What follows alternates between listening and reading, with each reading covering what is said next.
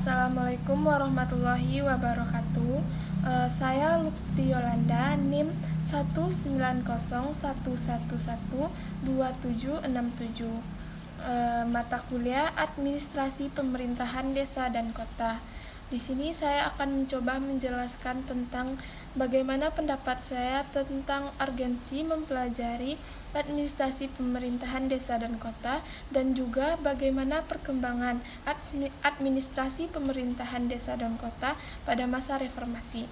Baiklah, yang pertama saya akan menjelaskan tentang bagaimana pendapat saya tentang urgensi mempelajari administrasi pemerintahan desa dan kota. Menurut saya, mempelajari administrasi pemerintahan dan desa itu sangat penting dalam perjalanan suatu negara, karena di pemerintahan desa itu sendiri merupakan komponen atau bagian kecil dari jalannya roda pemerintahan. Oleh karena itu, keberadaan administrasi desa dan kota ini sangat perlu mendapat perhatian besar dari pemerintahan pusat maupun pemerintahan daerah, sehingga pemerintahan desa itu sendiri dapat berjalan dengan baik dan lancar. Pemerintahan desa dan kota itu ibaratkan seperti bagian dari suatu negara, karena sudah melaksanakan jalannya pemerintahan dari tingkat atas sampai dengan tingkat bawah. Maka dari itu perlu perhatian saya sangat serius, baik dari tingkat kabupaten atau kota setempat sampai dengan tingkat pemerintahan pusat. Saat ini, pemerintahan desa sudah mulai bisa menjalankan pemerintahannya seperti pelaksanaan pemilu hingga penyusunan rancangan pendapatan masyarakat daerah dan badan permusyawaratan desa atau yang disingkat dengan BPD, yang merupakan salah satu contoh dari mitra pemerintahan desa yang memiliki peranan strategis, di mana diantaranya melakukan pengawasan pelaksanaan pemerintahan desa serta menampung aspirasi masyarakat desa terkait dengan pelayanan dan pelaksanaan pembangunan di desa itu sendiri. Karena itu, melalui pelatihan seperti yang diharapkan pada BPD akan bisa lebih optimal dengan mempelajari administrasi pemerintahan desa dan kota itu. Kita bisa mengelola administrasi desa dan kota mulai dari kependudukan, pembangunan, hingga keuangan. Semuanya dilakukan secara sistematis dan tertib sesuai dengan perundang-undangan, yang kemudian kita juga bisa bertanggung jawab dalam membuat program unggulan untuk meningkatkan keberdayaan masyarakat itu sendiri, mulai dari menuju pada ekonomi yang lebih baik. Hal ini merupakan salah satu langkah pemerintahan dalam mengentaskan kemiskinan dan juga meningkatkan kesejahteraan masyarakat itu sendiri.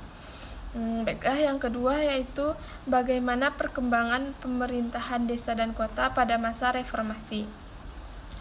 Pengelolaan pemerintahan dalam era reformasi yang diatur dalam Undang-Undang Nomor 22 Tahun 1999 tentang pemerintahan daerah mencerminkan adanya iktikat untuk mewujudkan sistem pemerintahan yang demokratis, baik dalam hubungan antara pemerintahan pusat dengan pemerintahan daerah maupun dalam tatanan pemerintahan daerah itu sendiri.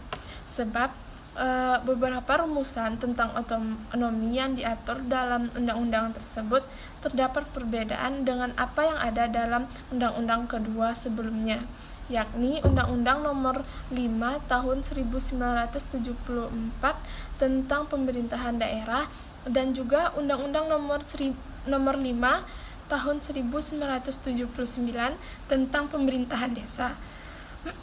Dalam hal ini, mengenai otonomi yang dirumuskan dalam undang-undang, maka sikap pemerintah pusat dalam menerapkan ketentuan yang berkenaan dengan penggabungan dan penghapusan daerah otonomi yang tidak mampu, tidak semata-mata yang semua ini didasarkan pada kemampuan keuangan, tetapi lebih melihat pada kemampuan administrasi itu sendiri. yang pemerintahan pusat dalam hal ini sebaiknya tidak bersikap sebagai juri, tetapi lebih sebagai pengayom yang mendahului upaya pemberdayaan kemampuan administrasi itu sendiri dan juga pembangunan di daerah-daerah tersebut.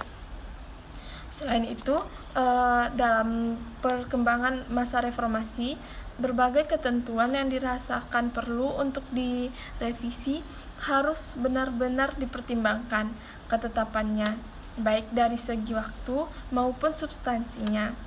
Perubahan yang terburu-buru juga bisa dan bersamaan juga bisa mengganggu kesan yang tidak positif dari masyarakat itu sendiri.